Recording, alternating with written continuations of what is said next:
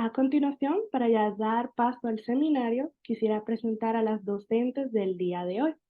Las expositoras que impartirán la presente sesión son Stephanie Vicencio, psicóloga clínica, perito psicóloga de la Pontificia Universidad Católica de Chile, diplomada en evaluación psicológica forense y conserjería técnica, posttitulada en conserjería técnica, directora de un programa de diagnóstico ambulatorio de la región metropolitana y posee una amplia experiencia en la red Mejor Niñez y APS. También se encuentra Natalie Gutiérrez, asistente social de la Universidad de Tarapacá, diplomado en peritaje social judicial de la Universidad de Santo Tomás y también es una trabajadora con una amplia experiencia en la red de infancia y adolescencia de la red Sename y Mejor Niñez. Sin nada más que agregar, le damos paso a Stephanie y a Natalie para que inicie la exposición del día de hoy. Muchas gracias, Carla. Bienvenidos a todos y todas a este seminario. Importante, voy a reiterar cosas que ya dijo Carla para el adecuado funcionamiento de los seminarios porque son de muy poquito rato y obviamente hay cosas que no podemos hacer al ser un seminario gratuito, ¿ya? En ese sentido, recuerden que todo lo que tiene que ver con temas administrativos ya se dieron los correos para que ustedes soliciten esta información y bueno, todos pueden ir poniendo sus preguntas a medida que va avanzando la presentación. La idea es que dejen en el chat todas las preguntas y al final nosotras en los últimos 15-20 minutos vamos a poder elegir algunas de las preguntas y esas las vamos a responder. El único requisito es que obviamente al ser un seminario gratuito no podemos responder preguntas casuísticas. Yo no puedo decirles con información escueta que ustedes pueden dar en un seminario qué es lo que tienen que hacer con ese caso, ¿ya? Para esas cosas hay otras instancias, obviamente formativas de 8 horas como corresponde, y dentro de ese contexto es que nosotros podemos resolver algo más casuístico, pero de momento solamente preguntas más bien superficiales. En base a eso, Nati, ¿quieres compartir?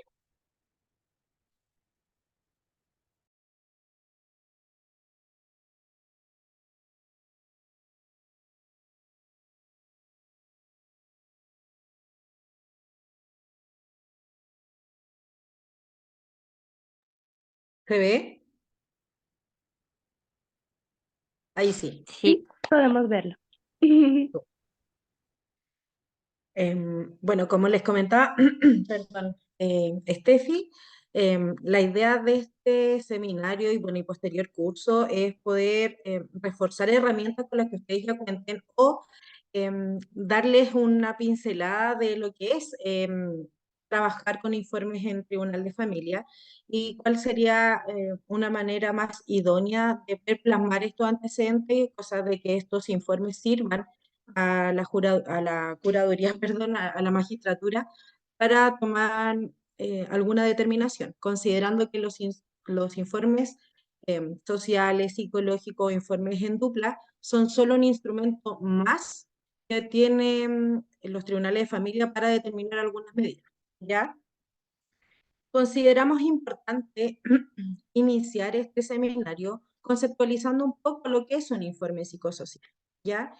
Em, Entendamos que esta definición la fuimos construyendo junto con Steffi y lo definimos de esta manera.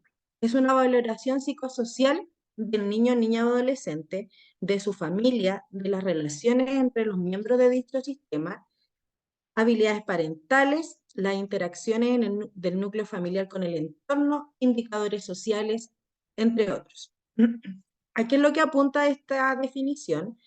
Que en estos informes psicosociales la idea es entregar y plasmar la realidad integral de ese niño, niña y adolescente, ya sin dejar cosas al azar o a la suposición, sino que sea algo concreto.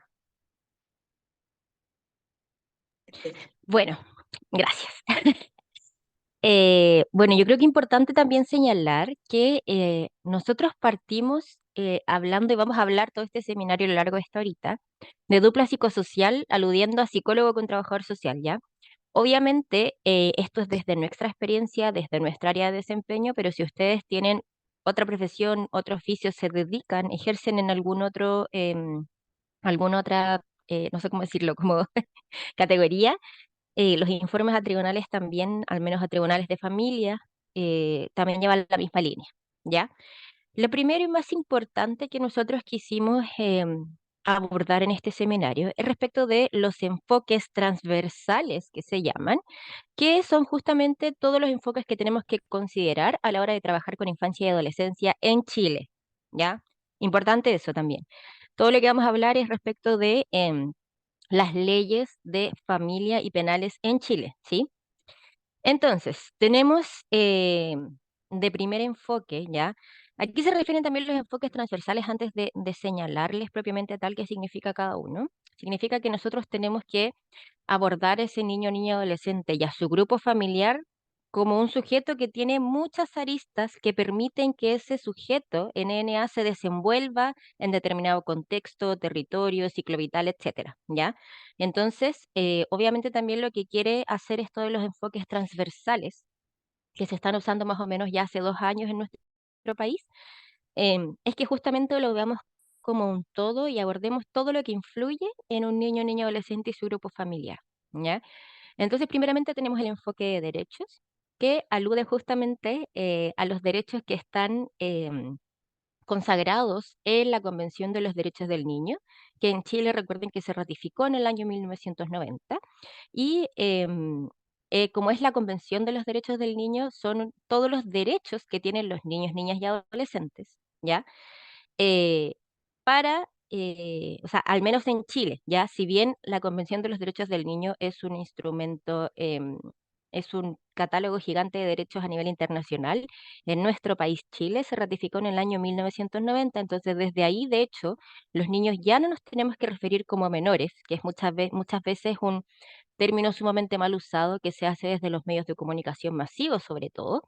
em, Desde el 90 entonces los NNA pasaron a ser sujetos de derecho, ¿ya?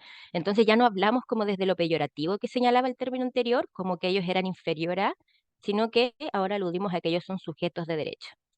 En función de eso existen los derechos, por ejemplo, el derecho a la salud, el derecho a la educación, el derecho a vivir un nivel de vida adecuado, el derecho a la identidad, el derecho a no ser víctima de malos tratos, ¿ya? Un montón de derechos que pueden ustedes ver en la Convención de los Derechos del Niño, que es de la UNICEF, ¿sí?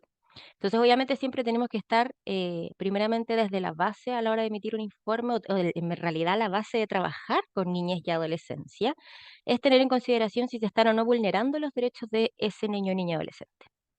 En segundo lugar, tenemos el enfoque de participación, que tal como lo dices, es que nosotros tenemos que considerar que finalmente la causa que está en Tribunal de Familia no es de nosotros, ya como profesionales, sino que es de algún NNA y su grupo familiar donde lógicamente tenemos que considerar y hacerlos partícipe de qué es lo que ellos quieren realizar, ¿ya?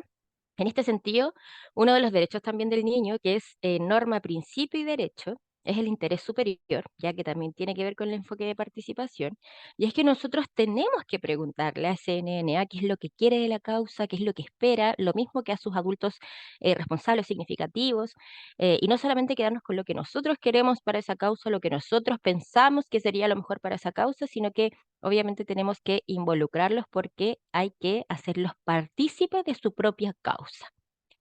Respecto al enfoque de interculturalidad, tal como lo dice también, es que en muchas ocasiones, en muchos programas, dependiendo del área donde ustedes se desempeñen, todos tenemos culturas distintas. Entonces, por ejemplo, a mí me ha tocado trabajar harto con población haitiana y en ese sentido, lógicamente, la cultura de ellos es muy distinta a la cultura de nosotros respecto de crianza principalmente. Entonces, obviamente, yo tengo que tener ojo con el enfoque de interculturalidad y posicionarme también desde la cultura desde la cual vienen esos adultos responsables. Y por eso, de alguna u otra forma, esos adultos responsables también están criando de la forma en que lo están haciendo, pueden estar repitiendo patrones transgeneracionales, pueden no estar haciéndolo, pero eso obviamente tiene mucho que ver con la cultura en el cual los mismos adultos se desarrollaron, ¿ya? El enfoque de inclusión, por su parte, Obviamente también alude a que nosotros tenemos que incluir y tener en consideración que, por ejemplo, no puedo evaluar de la misma forma a un niño que cursa un establecimiento educacional, em, podemos decir más tradicional, a un niño que, por ejemplo, presenta alguna necesidad educativa especial, ¿ya? Obviamente en ese sentido yo necesito usar otros instrumentos, tener en consideración tal vez otros factores, pero yo no puedo llegar y evaluar de la misma forma a alguien que, por ejemplo, se posiciona, como yo les decía, de esto que es un poco más tradicional respecto de la enseñanza, y lógicamente necesito tener un criterio distinto hacia algún niño con necesidad educativa especial o, por ejemplo, con algún tipo de situación de discapacidad física, motora, etcétera, ¿ya? El enfoque de género es un enfoque, yo diría que también es uno de los enfoques más importantes, que también va mucho de la mano con todos los movimientos sociales, tal vez desde una opinión más personal, pero obviamente también este enfoque se tiene que utilizar en todas las familias, entendiendo, por ejemplo, que, no sé, antiguamente el hombre, por ejemplo, el padre, ya que quien tenía como esa posición en el grupo familiar era quien más tenía un rol de proveedor, por ejemplo. Y la madre, desde lo que se veía antiguamente, tenía un rol más de posicionarse en labores del hogar, por ejemplo. Hoy en día eso ya no pasa tanto, ¿ya? Obviamente todos ocupan roles distintos en todos los grupos familiares distintos, entonces obviamente siempre tengo que tener un enfoque de género que me permita visibilizar cómo está funcionando ese grupo familiar, ¿ya? Cómo están distribuidos los roles. El enfoque de curso de vida, por su parte, alude justamente a la etapa de la vida, al ciclo vital que está desde el cual se está posicionando un niño o niña adolescente. Porque es muy importante tener en consideración este enfoque en la redacción de informes y a la hora de trabajar con niños y adolescencia, porque, por ejemplo, yo no le puedo explicar a un niño de 5 años de la misma forma que le voy a explicar una situación a un chiquillo de 17. Lo mismo, por ejemplo, a la hora de generar alguna evaluación. Yo no le puedo aplicar, para los colegas que son psicólogos, yo no le puedo aplicar una hora de juego diagnóstica a un chiquillo de 15 años. Ya se entiende que eso sí lo podría utilizar en un niño de 3, de 2, tal vez alguna evaluación vincular, entendiendo que a lo largo de nuestras diferentes edades, ¿cierto? Vamos cursando como este ciclo vital que nos señalaba, por ejemplo, Eric Erickson, ¿ya? Y obviamente en ese sentido tanto nuestra etapa cognitiva como psicosexual, como psicoemocional, es muy distinta de una edad con otra, ¿ya? Recuerden también que en el curso de vida vamos cursando ciertas crisis psicosociales que nos permiten ir como posicionándonos adecuadamente dentro de la teoría para poder cursar las etapas siguientes, ¿ya? Y finalmente, el enfoque territorial tiene que ver justamente también, como lo dice el título y como lo he dicho a lo largo de la explicación. El enfoque territorial alude al territorio, ya que también tiene mucho que ver con la interculturalidad. Entonces, por ejemplo, yo creo que acá uno de los ejemplos más fuertes que hay es que un territorio, por ejemplo, de alguna, no sé, alguna familia que tenga algún nivel más alto de ingresos económicos, obviamente el territorio de ellos va a ser muy distinto a si yo evalúo, por ejemplo, algún chiquillo de un territorio que se considere zona roja, ¿ya?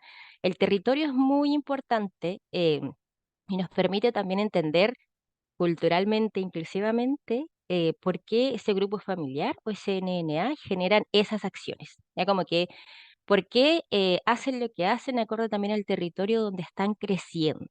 ¿Ya? Entonces, tenemos que tener muy en consideración, nosotros yo he visto informes de colegas que lamentablemente se caen un poquitito más como en el sesgo de es como, no, lo que pasa es que vive en este sector, entonces, no, ¿ya? Justamente lo que buscan los enfoques es que si bien nosotros nos posicionamos desde cierto enfoque, que ojalá todos, eso nos permite, como decía al principio, o sea que SNNA y su grupo familiar es una parte de todo lo que hay alrededor, ¿ya? Y tenemos que entenderlo como ese todo, no solamente como solito el niño o solito el adulto, ¿sí? El otro enfoque que voy a señalar, que no le pusimos acá, es el enfoque de redes, ¿ya? El enfoque de redes nos habla justamente de la importancia de trabajar interdisciplinariamente o multidisciplinariamente en función del bienestar biopsicosocial de algún NNA y su grupo familiar. si bien el llamado siempre es a no trabajar solo, porque uno no se las sabe todas, ya partamos de esa base, necesitamos el conocimiento de los demás, a veces, no sé, por ejemplo, se puede generar una transferencia o una contratransferencia con el grupo familiar, y sí o sí yo necesito siempre que haya un enfoque de todas las redes, que es lo mismo que hablábamos, que al final todas las redes están trabajando en función de ese grupo familiar, por ejemplo. Entonces yo siempre tengo que estar con coordinaciones, con análisis de caso, etcétera, pero nunca trabajar solo, sino que trabajar en red. ¿Ya? Nati. A mí me gustaría acotar un poco, por ejemplo, el servicio Mejor Niñez le ha estado dando harto énfasis a plasmar los enfoques transversales en los informes, ya y instando a que sea de la manera más explícita posible, sobre todo lo que es el enfoque de participación, ya porque es parte del derecho del niño o niña a ser escuchado. Así que eso es súper importante cuando están elaborando los informes. Y los tribunales también están tomando bastante en consideración la opinión de los niños plasmada en estas pericias, en estos informes. Aunque digan que no quieren más atenciones, que ya están cansados, de igual manera hay que ponerlo. Sí, y además como de solo ponerlo, como lo dice la Nati, insisto, como el llamado de estos enfoques es que no hayan, no estén los casos tal vez tan cegados como estaban antes, sesgados como estaban antes, sino que podamos realmente ver todo lo que influye en la crianza de alguien, en cómo nosotros formamos nuestras personalidades, cómo desarrolla la crianza de algún niño, si estamos o no repitiendo patrones transgeneracionales.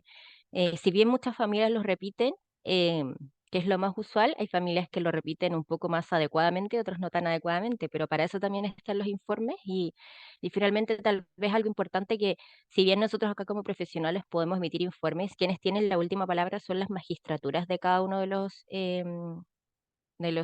tribunales.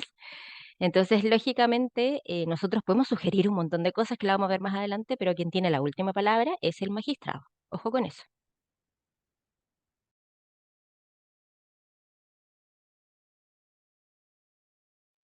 Ya. Como parte también de este seminario y el curso posteriormente que se va a realizar, consideramos súper necesario empezar como a parcializar la información que va plasmada en estos informes. Entonces, por eso lo fuimos dividiendo en cada uno de los ítems que debería contener, ¿ya? Partiendo por la individualización del niño, niña, adolescente. Eso es datos antecedentes generales, ¿cierto? Nombre, root, dirección. Hay programas en los que se estima que el nombre del niño solo vaya con las iniciales, por resguardo, u otros que lo ponen de manera completa. Acá es súper importante, y considerando el enfoque de inclusión también, es que en esta realización de informes se pone, cuando un niño, por ejemplo, se llama, no sé, Felipe, pero él se reconoce socialmente como Andrea, se debe considerar su nombre social, ¿ya? Eso es súper importante. No podemos invalidar la identidad de ese niño o niña adolescente que nos está diciendo de esta manera.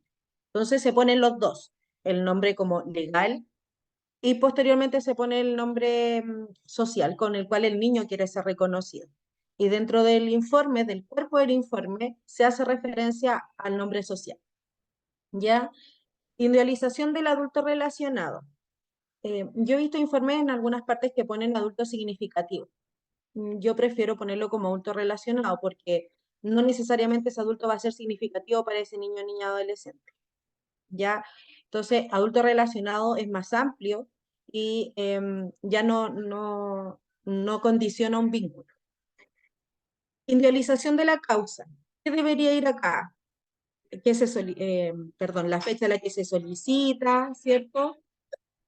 La fecha a la que se solicita y el tribunal que lo solicita. Y en la solicitud, aquí viene netamente orientado a responder la pregunta psico y sociojurídica. La idea acá es que se plasme textual cuál es el requerimiento que está haciendo el Tribunal de Familia. ¿Ya? ¿Y eso por qué?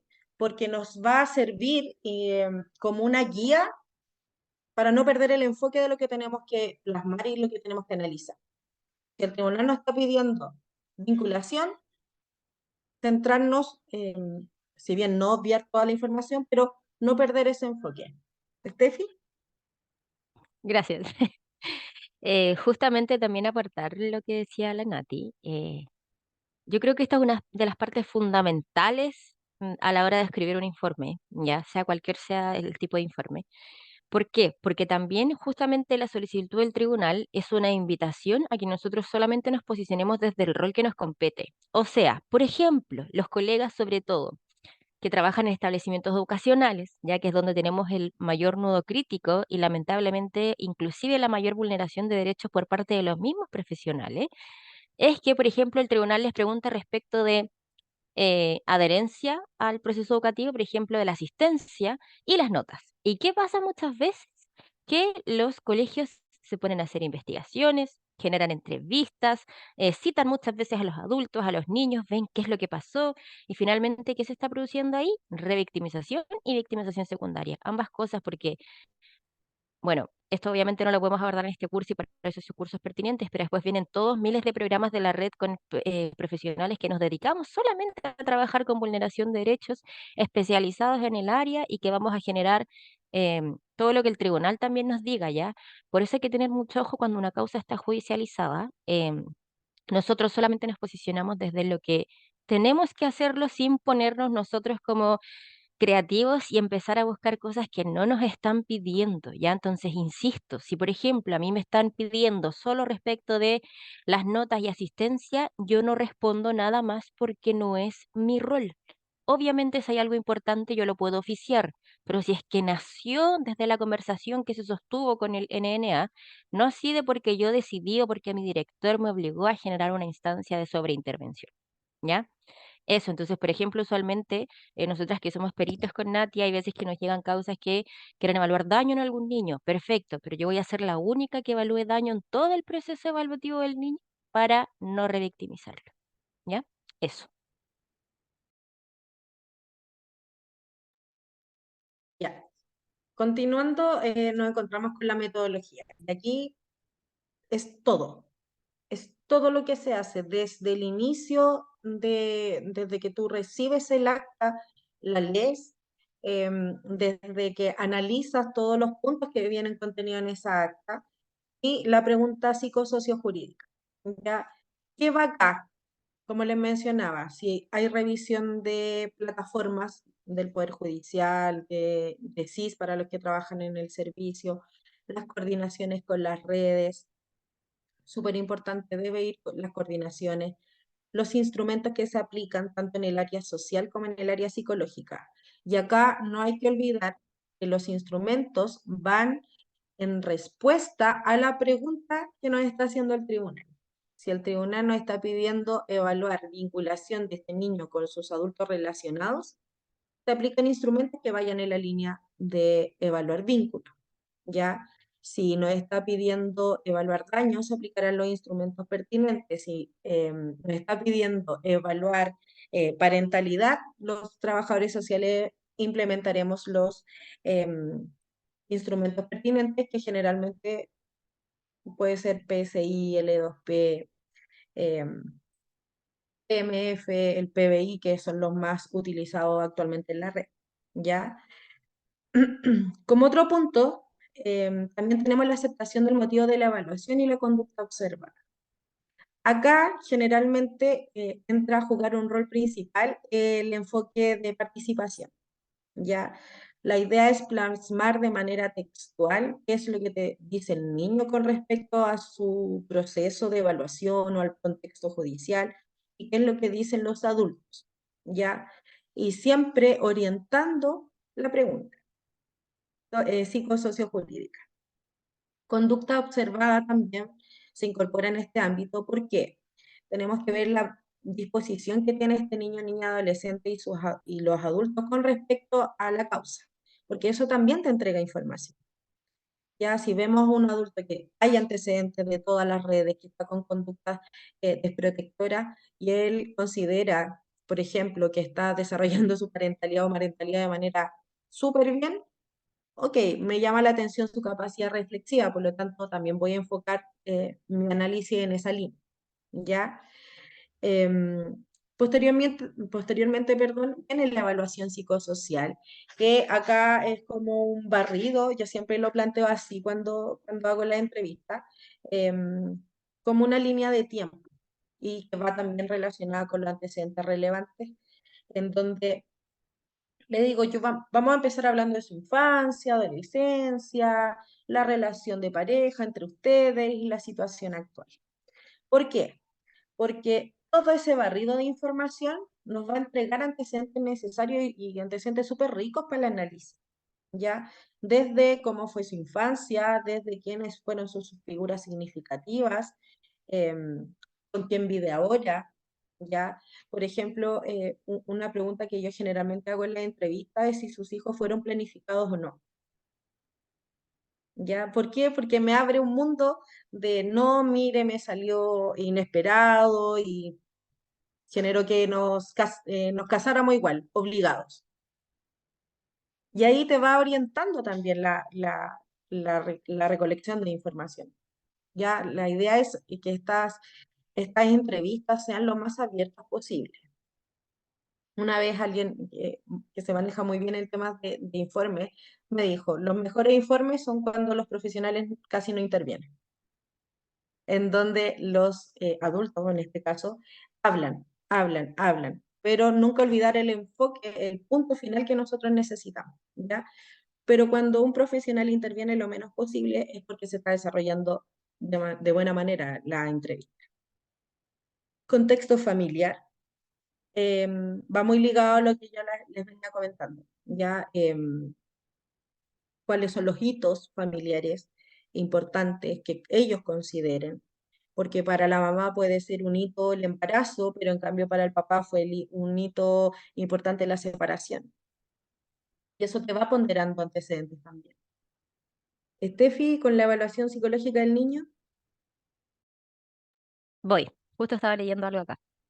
Em, sí, bueno, antes de irme solamente con la evaluación psicológica, referir tal vez que se nos pasó al principio, que esto es, porque esta pregunta siempre llega mucho, si hay un modelo o no para hacer un informe psicosocial a tribunal. Ya no hay un modelo que nosotros les podamos decir, sí, métanse al Poder Judicial, descarguen. No, ya no existe.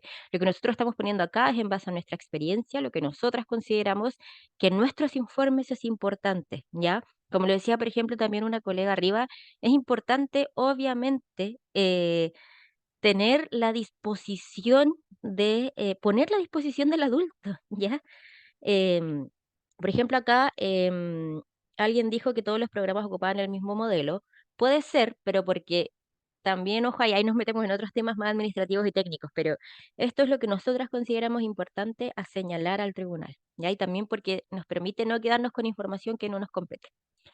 Respecto de la evaluación psicológica, muy a grandes rasgos, tiene mucho que ver con todos los enfoques que yo señalé hace un ratito. O sea, yo no puedo evaluar a un niño de 5 años con una persona bajo la lluvia y a un adolescente de 17 años con, eh, ¿cómo se llama? Con una hora de juego diagnóstica, ¿ya?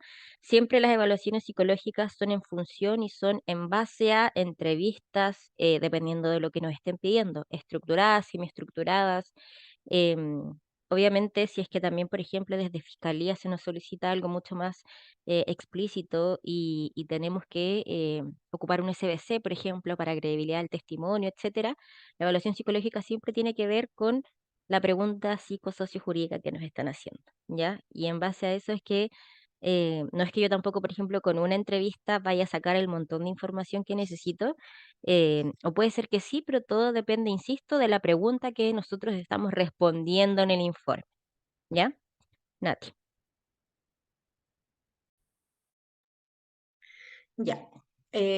Siguiendo la evaluación de condiciones de protección en contexto familiar, netamente apunta a cuáles son las capacidades de estos adultos relacionados para proporcionar protección a ese niño, niña, adolescente.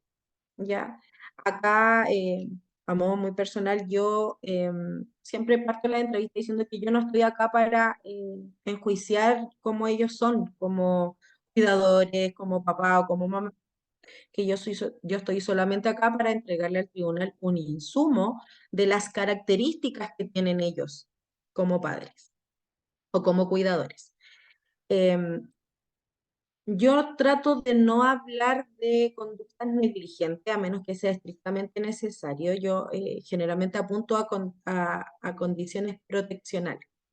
Ya si este adulto logra brindar un adecuado contexto proteccional al niño, si no, ya, y también aludo harto a debilitamiento si es que es así, ya. ¿Por qué? Porque negligencia es algo que debería establecer como una vulneración el Tribunal de Familia, ya, a menos que de verdad sea estrictamente necesario que ya no haya por dónde decir que esta madre está debilitada, por ejemplo, ya, sino que están todos los antecedentes para dar cuenta de que hay conductas que están poniendo en riesgo la vida de ese niño o niña adolescente, por ejemplo. Después tenemos los factores protectores y de riesgo, y por qué es un punto importante, y como decía Steffi, que quizás salía en el chat, que no lo puedo ver, efectivamente muchos de los programas del servicio trabajan con informes similares, ya sea informes diagnósticos o sean informes de avance. Pero nosotros somos profesionales que nos podemos desarrollar de alguna u otra manera en el ámbito independiente del ejercicio de la carrera. ¿Ya? Entonces, si trabajamos con abogados particulares, probablemente nos vayan a solicitar algún informe psicosocial, porque es lo que es más rico en información y más concreto para los abogados, más que pedir un informe social y un informe psicológico, porque esto permite integrar todos los antecedentes de la realidad de ese grupo familiar y de ese niño, ¿ya? Entonces, independiente de que sea utilizado en otros programas de la red, también es un instrumento que a nosotros nos puede ayudar a tener algún ingreso extra. ¿Por qué los factores protectores son importantes? Porque y de riesgo, perdón, nos ayuda a sintetizar también la información, como este punteo. Y eso entendiendo la realidad de los tribunales de familia, que muchas veces no tienen el tiempo para leer todo el informe. Ya admiro a las consejeras que sí lo hacen, pero son muy pocas en verdad, por una sobrecarga laboral. Por lo tanto, pasan eh, directo a los factores protectores y de riesgo. La idea es plasmar todo lo que uno viene hablando arriba en estos puntos, igual que las conclusiones. Concluimos que, dale, este. Ahí, por ejemplo, agarrándome lo que estabas diciendo recién, como para nosotros también poder enfocarnos y decir, ya, tengo toda esta información, pero esto saco. Finalmente yo siempre doy este ejemplo que siento que los informes son como si nosotros metiéramos mucha información a la juguera y finalmente en las últimas cosas donde ya somos precisos y concisos. Entonces, por ejemplo, en los factores protectores y de riesgo yo siento que es súper importante poder dividirlos, al menos eso a mí me ayuda harto, como en nivel individual, familiar y comunitario, ¿ya? Porque eso obviamente me permite también saber, por ejemplo, qué es lo que hay que trabajar más y qué es lo que viene en conclusiones y sugerencias, ¿ya? Voy a terminar, Nati, con conclusiones o quieres seguir tú. ¿Sigo? Ya.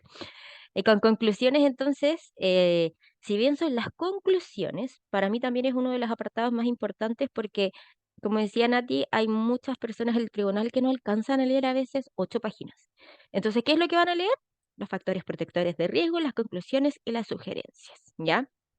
Y por tanto, obviamente, que en las conclusiones yo sí o sí tengo que poner finalmente la pregunta, ¿ya? Ahí pongo la pregunta y digo, ya, ¿qué voy a responder a la pregunta que me están haciendo? O sea, em, si me preguntaron A, yo no voy a poner las conclusiones Z, o sea, tengo que devolverme y responder a esa pregunta y eso es lo que voy a poner en conclusión. Y ahí también obviamente me puedo agarrar de los factores protectores y de riesgo, ¿ya? Por eso yo decía que al menos a mí me funciona mucho mejor a la hora de hacer conclusiones es tener divididos en ámbitos, perdón, individual, familiar y comunitario, ¿ya?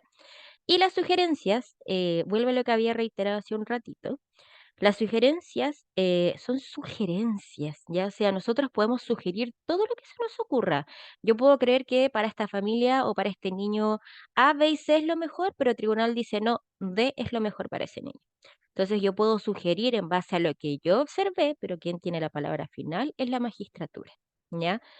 Em, Acá, por ejemplo, también algo personal. pasa mucho, sobre todo en épocas como de vacaciones, que hay una rotación importante de magistraturas, que a veces, por ejemplo, en familia hay algún juez, por ejemplo, del ámbito penal, ¿ya? Nosotros también podemos, si no estamos de acuerdo y cachamos que de verdad es de que no sé, dijeron algo nada que ver en la causa, nosotros podemos volver a indicar que creemos que eso no es lo mejor por A, B y C motivo. Ya como nosotros también tenemos ese derecho como, no sé si a reclamar es la palabra, pero sí también a decir cuando no estamos de acuerdo con alguna toma de decisión, pero siempre respaldándonos teóricamente, metodológicamente y cuantitativa y cualitativamente de por qué creemos que esa no es la decisión más idónea para el caso. ¿Ya? Eso.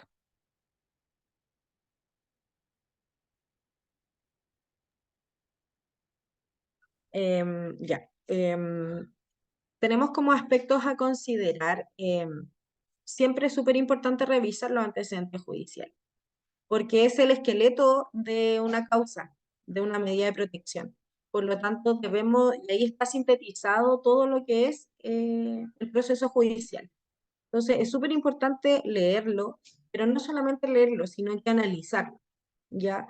Porque podemos leer 50 hojas en un rato, pero es súper importante ir cruzando la información, cruzando los antecedentes, y porque también nos va a ayudar a formular la pregunta, porque puede que en algún acta no venga una pregunta psicojurídica o sociojurídica.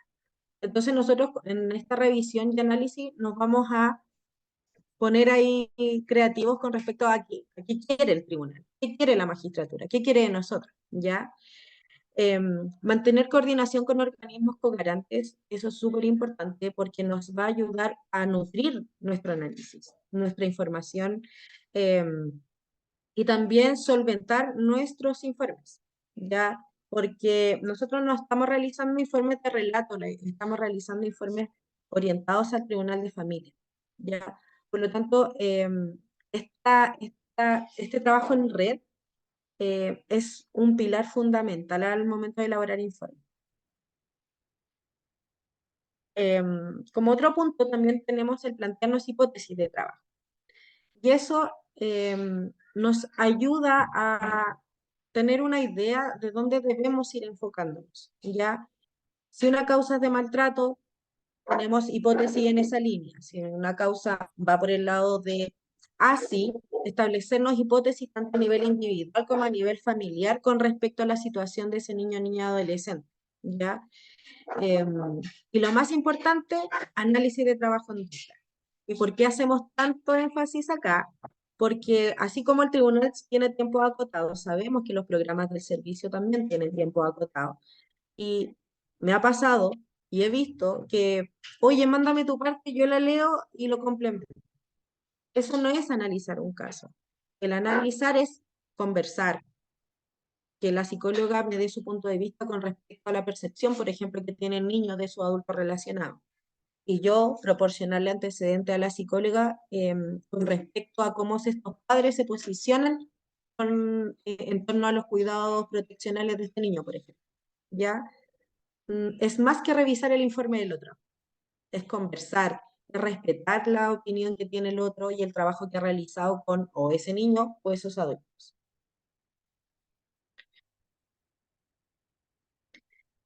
En términos concretos, ¿cómo elaboramos un informe? Es discernir qué información es más atingente de plasmar, perdón, y proporcionar antecedentes relevantes, valorar la situación psicosocial del niño y adolescente. No toda la información que nos entregan los adultos nos va a servir para el análisis. Ya, acá, como a modo de ejemplo, me pasa que a veces empiezan, no, es que yo lo miré, él me miró, nos gustamos, y eso no me va a entregar información del análisis, para el análisis. ¿Ya? Entonces, hay que discriminar y tratar de que esto, por ejemplo, adultos, vuelvan siempre a la información que yo necesito, de alguna manera. ¿Ya? Aquí se me imagina que con los niños también pasa lo mismo, que a veces se van en otras cosas, los juegos, pasa. Sí. Sí, ahí también es importante, yo creo, Nati, como sumar que, por ejemplo, acá también que estaba viendo algo del chat como de que los tribunales no investigan, no sé qué. Más que eso, yo siento que también nosotros tenemos un peso importante, al menos los que trabajamos con niñas y adolescencia, sea cual sea el rol desde el cual se posicionen, que es muy importante también a la hora de escribir un informe, de que nosotros no aseveramos. ¿Ya? Por eso también la importancia de trabajar en redes, porque, por ejemplo, ¿qué pasa si yo me quedara con que un papá me dice, no, mi hijo tiene todos los controles de salud al día, está todo perfecto, no pasa nada? Después yo me pongo a triangular información con salud, con educación, con el curador, y resulta que no tiene nada que ver lo que me dijo el papá. Entonces, obviamente acá también el llamado es a no quedarnos con lo que nos está diciendo el adulto. Y si, no sé, por ejemplo, las coordinaciones fueron infructuosas, el trabajo en red por cualquier cosa no se pudo llevar a cabo, yo de todas formas no lo voy a aseverar, ¿ya? Ojo con eso también, como de resguardo personal y de, no sé, como ley de vida que nosotras tenemos con Natalie, es que todo aquí funciona en modo verificador. Si yo no tengo un verificador de lo que me está diciendo la persona, o sea, si yo no tengo algo que respalde lo que está diciendo ese adulto o ese niño, yo lo pongo en, se me olvida cómo se dice este verbo, pero, ¿ah? ¿Es presunción? Claro, como en presunción, pero tiene otro nombre.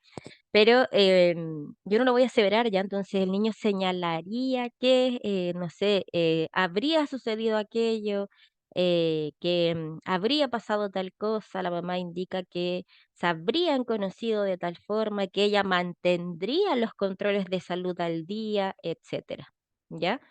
En condicional. Muchas gracias, siempre se me olvida en verbo en condicional, ¿ya? Entonces tengan mucho, mucho ojo con aseverar y quedarse con los relatos, porque también tenemos que partir de la base de que desde nuestro rol nosotros no somos fiscalía, entonces nosotros no tenemos que discernir, como puso acá la Nati, si eso no es verdad lo que me está diciendo un niño, si eso no es verdad lo que me está diciendo el adulto, o sea, yo no soy quien para juzgarlo, yo solamente estoy emitiendo un informe que va a dar cuenta de lo que yo como profesional pude visualizar, ¿ya?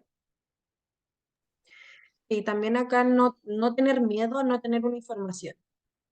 Si, por ejemplo, los adultos le hemos solicitado los documentos que acreditan su condición laboral, por ejemplo, o su situación financiera, y reiteradamente el adulto no lo entrega, ponerlo en el informe, que si bien se solicitaron los informes, el adulto no proporciona la documentación necesaria, por lo tanto, al momento de realizar el informe, no es posible corroborar y o descartar la situación laboral y económica del adulto.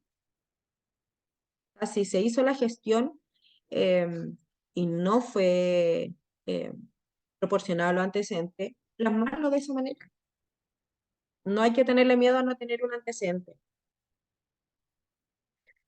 Em, Como otro punto importante al momento de elaborar un informe es analizar la información de manera concreta, a modo de complementar la perspectiva que tiene el niño ni adolescente y también el grupo familiar. ¿Ya? Em, Volviendo un poco a lo que hablábamos en la diapo anterior, analizar en conjunto, no leer lo que el otro profesional puso, ¿ya? Y coordinar con las redes pertinentes. Salud, educación, si por ejemplo el niño está en un proceso terapéutico particular, si los padres también están en algún proceso de rehabilitación, COSAM, eh, centros de la mujer, etcétera. Estefi. Voy. Ya, acá vamos a plasmar un caso, ¿ya? Eh, que obviamente esto nos daría para hablar muchas horas, pero lo vamos a hacer súper preciso y conciso, ¿sí? María, de 10 años, señala a una tía materna haber sido abusada por la pareja de su madre. La tía efectúa la denuncia, pero la madre no le da credibilidad al relato y mantiene una relación de pareja a pesar de que existe una causa en Fiscalía y Tribunal de Familia con una medida cautelar de alejamiento a favor de María. Por lo tanto, la mamá continúa viviendo con el presunto agresor. ¿Qué aspectos se deben considerar en la elaboración del informe tanto por psicóloga y trabajadora social? ¿Alguien quiere responder y nosotros le activamos el micrófono y nos tienen que levantar la manito? Si a alguien le gustaría exponer, o tal vez ponernos en el chat y nosotras podemos leerlo, obviamente. Ah, mira, Camila Álvarez levantó la mano. Déjame darte la palabra, Camila. No sé si puedes activar sola tu micrófono, no me sales. No, yo le envié la solicitud. Súper, gracias, Carla. Ya, Ah, respecto a la pregunta, ¿qué aspectos se deberían considerar en la elaboración del informe? ¿Te escuchas? sí, Ya, bueno, es que igual voy anotando todo, pero básicamente acá podríamos anotar, bueno, los factores de riesgo que comentaban ustedes, em, como que en primer lugar yo pondría claramente los factores de riesgo y considerar también que aún existiendo la causa en fiscalía y en tribunal de familia, en el fondo se estaría como transgrediendo eso también.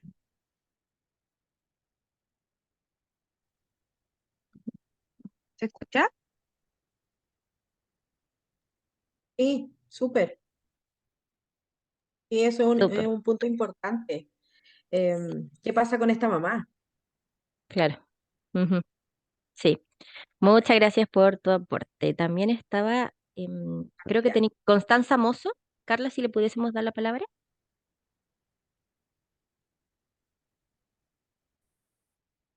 Hola, buenas noches. Bueno, dentro de mi experiencia de trabajo en OPD actualmente, y tengo especialidad también en ASI, creo que sería importante plasmar la dinámica del secreto a nivel familiar.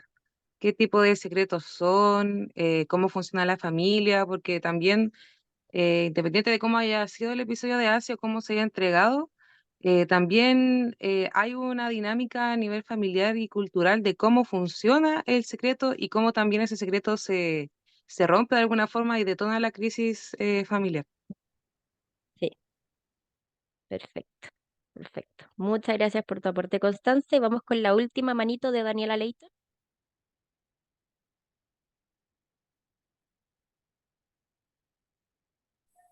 ¿Ahí se escucha? Sí, Ah, ya.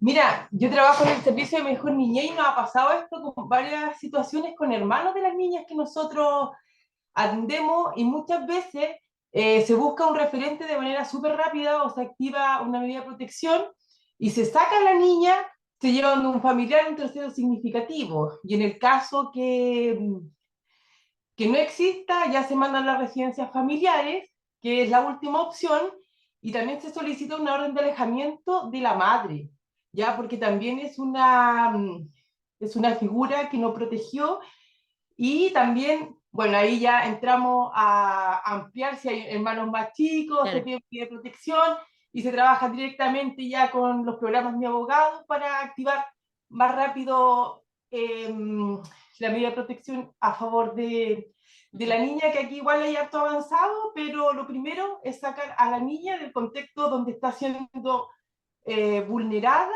y revictimizada de manera constante. Yo creo que eso es lo primero que nosotros hacemos. perfecto. ¿En qué programa trabajas, Daniela? No, yo trabajo en las residencias familiares de alta Ya, complejidad de mejor niñez, súper. entonces trabajamos con lo más complejo, lo más crónico, así que Ujú, esta área se maneja, así que eso. súper, gracias. Nati, ¿algún comentario? No, agradecer la disposición para participar y para opinar. Em, Rescato lo que estaban comentando, el tema de los factores protectores, ¿cierto? Los factores de riesgo, qué pasa con esta mamá, estas dinámicas intrafamiliares. ¿Será esta madre también víctima de alguna vulneración en el contexto intrafamiliar?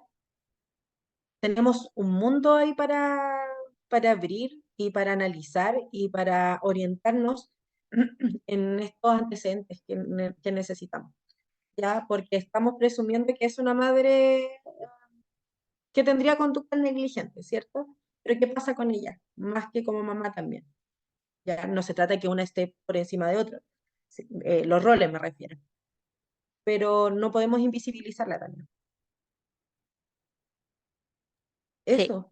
sí, muchas gracias a todos por su aporte en el caso. Estaba viendo algunas cositas del chat. Importante, acuérdense que no hablamos de menor, ¿ya? Así que paso número uno.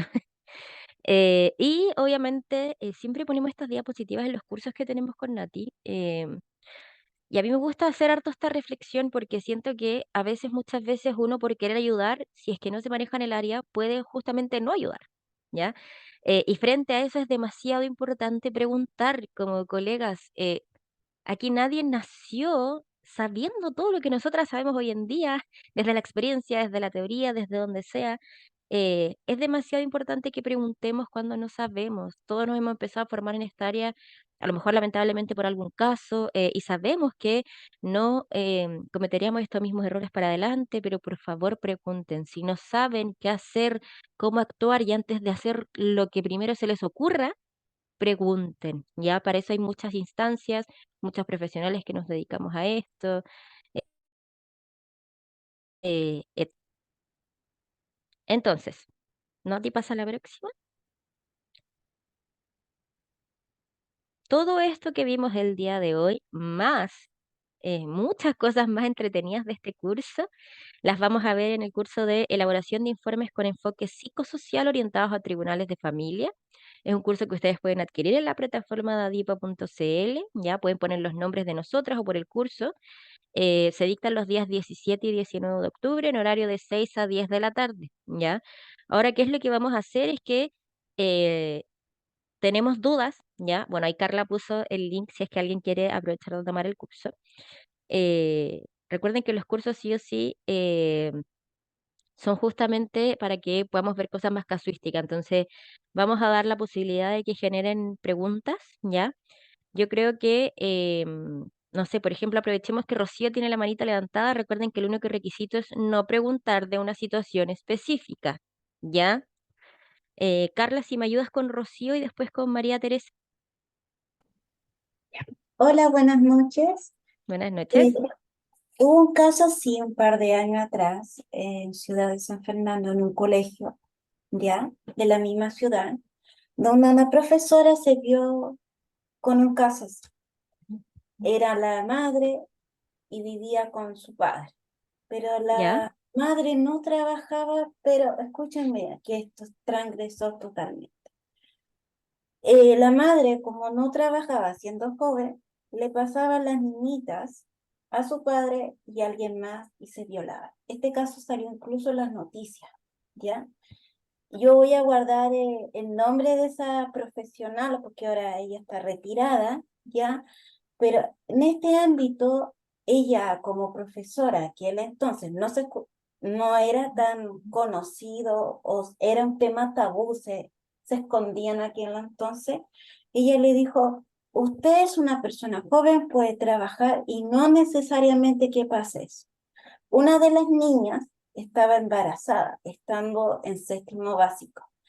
Entonces, gracias a eso que esta profesora pudo activar todo esto, estamos hablando de un colegio básico donde iban gente con vulneraciones y ella también trabajó con el tema COP, que era en ese entonces con niños vulnerados, ¿ya? Rocío, espérame un poquitito. Lo que pasa es que recuerda que nosotros no vamos a responder ninguna pregunta ni nada que tenga que ver con un caso en específico, porque no te podemos ayudar con eso, ni saber qué hubiese hecho, ni nada, porque tendríamos que tener una reunión de análisis de caso extensa, ¿ya?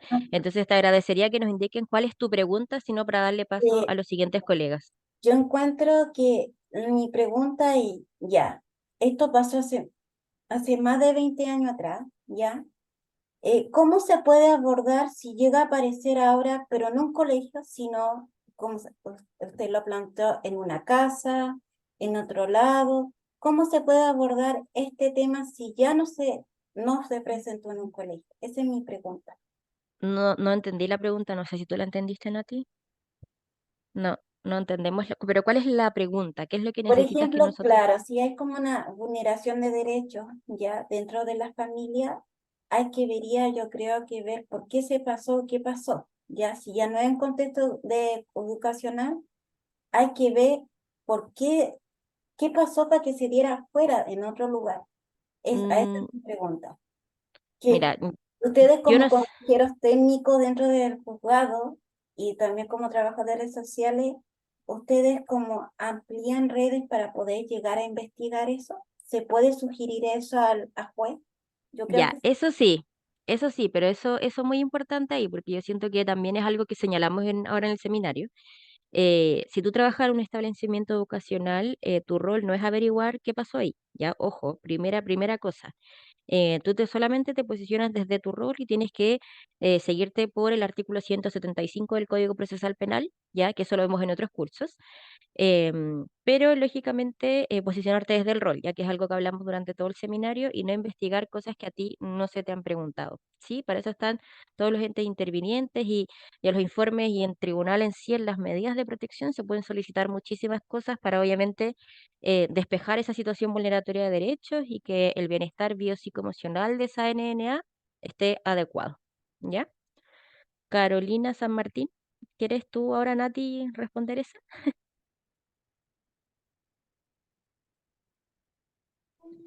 Hola, Hola, Carolina. hola, ¿cómo están? Agradecer la instancia primeramente.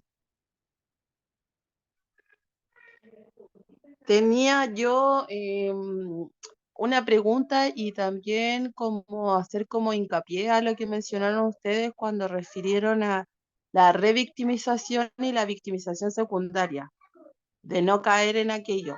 Al momento quizás de recordar o de recabar antecedentes, quizás en una entrevista, a través de la elaboración del informe mismo. Eso me llamó mucho la atención porque se hizo una DIPA la semana pasada, algo referente a la victimización secundaria y revictimización. La pregunta mía va en el ámbito de seguimiento de casos. Luego que se emiten estos informes y se emite un juicio, ¿cierto? Posterior a esto se elabora otro informe en torno a la actualidad del caso. Sí, mira, hay programas que tienen una línea de más larga permanencia de los niños, niñas y adolescentes en la red. Por ejemplo, FAE, PRM, incluso OPD. Ya, por lo tanto, debería ir acompañado un seguimiento con respecto a eso. En los programas en los que no, la idea es que si lo amerita la situación de ese niño, sea derivado a otro dispositivo que pueda realizar un seguimiento, Okay. ¿ya? Para no perder de vista cuál es la realidad de ese niño ni adolescente. Si empezamos en un punto de vulneración, ¿qué pasa después de 6 meses? ¿Qué pasa después de 8 Exacto. meses? ¿O qué pasa después de un año? ¿Cierto? Sí, sí. Gracias. Netamente va a depender de la línea de trabajo en la que esté la dupla. Ok. Gracias. Luis Nada. Sepúlveda.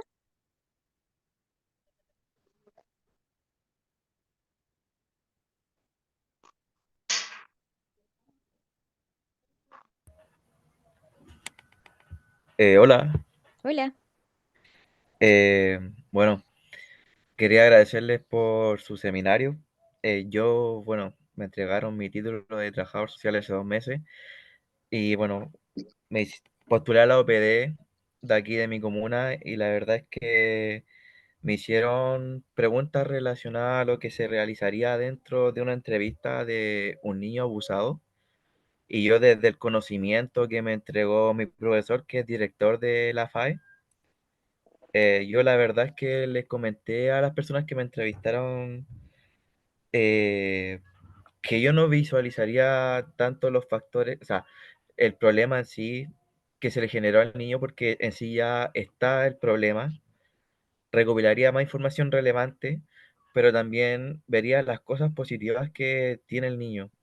Y la verdad es que igual dije que igual podía realizar un FODA para ver cuáles son sus cosas positivas, por ejemplo. Y mi profesor igual me dijo que en ese aspecto no entre a juzgar, sino que ayudar al niño y poder tener estrategias de participación. Quería preguntarle a ustedes como, ¿qué se haría en sí en ese caso, desde mi poca experiencia y de la nada en realidad? Mm. Sí, Eh, mira, disculpa que te interrumpa, pero recuerda, como también dijeron en el chat, no vamos a responder casos, ¿ya? Como por favor no insistan con ese tema. Yo no te puedo decir mi opinión desde algo tan poquito, ¿ya? Pero sí me gustaría como agarrarme justamente de lo que estás diciendo del OPD. primero que las OPD por lineamientos técnicos no realizan entrevistas en delitos sexuales. Primera cosa.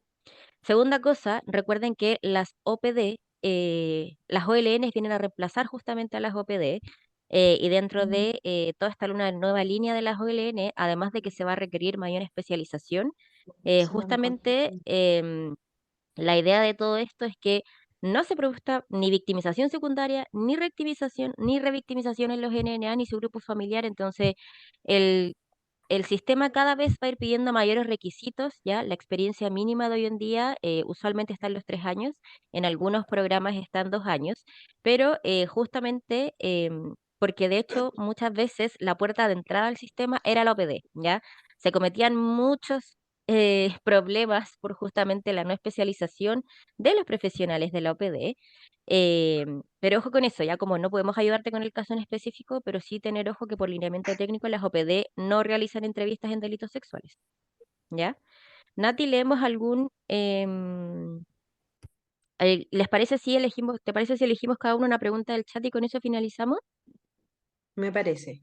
De Ya, igual manera, agradecer a los colegas o asistentes que están respondiendo entre ellos las preguntas, aunque son varias, se nos van pasando. Entonces, agradecer la sí, solidaridad al compartir el conocimiento.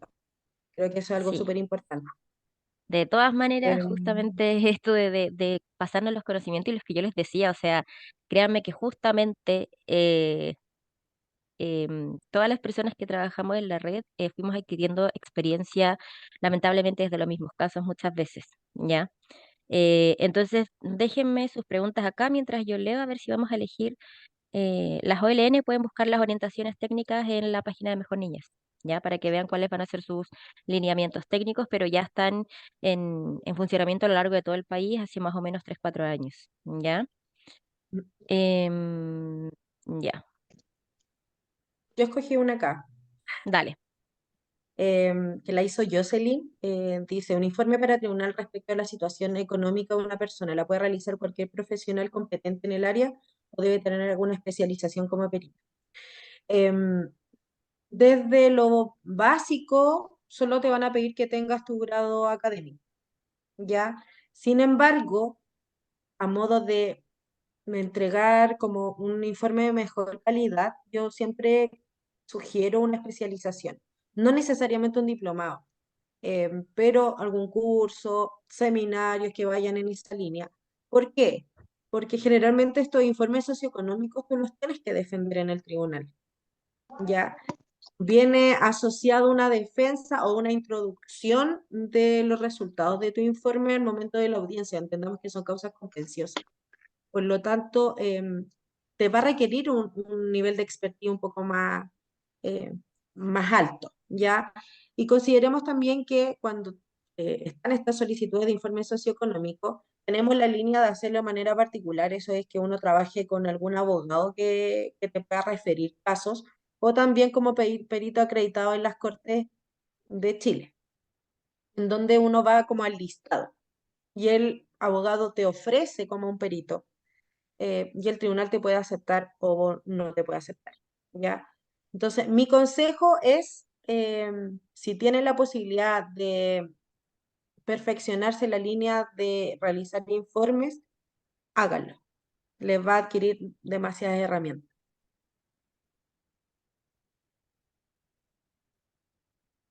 Sí, acá a mí, más que una pregunta, Nati, voy a agarrar como varios comentarios que encuentro muy choris que se ha dado la conversación en el chat.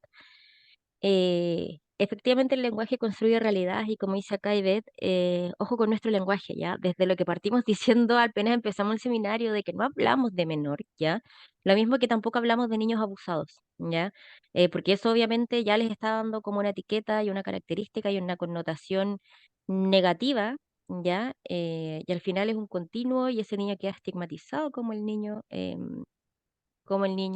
abusado, ¿ya? Entonces, el lenguaje construye realidades para que tengan mucho ojo con todo, ¿ya? Y también acá agarrarme de, esta tal vez una pregunta, a una colega dice que trabaja en colegio con una dupla, trabajadora social. Quiero saber si se sube información de los casos si el tribunal, de los casos sin que el tribunal lo solicite. Sí, ya, pero eso también es materia de otro curso y son Acá también me gustaría un poquitito reflexionar que justamente también pasa mucho que los colegas que trabajan en establecimientos educacionales a veces faltan estas instancias más formativas, ¿ya? Más actuales, por decirlo así, porque eso ya es como aperturar una medida de protección. O sea, si tú tienes información importante que no te compete, debes saber cómo activar y a quién pasarle esa información, ¿ya? Por ejemplo, acá Valesca dice que con su dupla sube información cuando hay antecedente relevante. Lo mismo que te estaba diciendo recién, o sea, sin que el tribunal lo solicite y tú tienes una información que es importantísima y sabes que le podría insumar como a este caso, tú tienes que incorporarla mediante un oficio a la causa y si es que no hay causa, tú tienes que aperturar una medida de protección y la forma más fácil es a través del trámite fácil en tu oficina judicial virtual con la clave única ya sea de la personalidad jurídica, del director, tuya, etcétera, dependiendo de los protocolos internos de cada uno de los colegios. ¿Ya? Em, Eso, como agradecerles y sí, corroborar lo que dicen CEPIG es de opción, es un PRM, ya solo que llevan de apellido CEPIG, ¿sí? Agradecerles obviamente a todos esta instancia, siento que fue muy provechosa, dejarlos obviamente a todos muy invitados a tomar nuestro curso, que son los días 17 y 18. Ahora Carla les va a enviar como el link para que descarguen su certificado. Por favor, ojo con esto y que por favor escúchenme el link colapsa porque se meten todos a la misma vez. Entonces ustedes pueden pegarle un pantallazo al link y mañana, tranquilamente, porque dura 24 horas, pueden sacar su certificado tranquilamente, ¿sí? Ahora Carla va a hacer, va a hacer, va a hacer el concurso de quién se va a ganar el cupo en el curso, ¿ya? Así que Carla, te damos la palabra. Ok, queremos agradecer la participación de cada uno de ustedes en el presente seminario, como también agradecer a Stephanie y a Natalie por la excelente exposición que han dictado el día de hoy.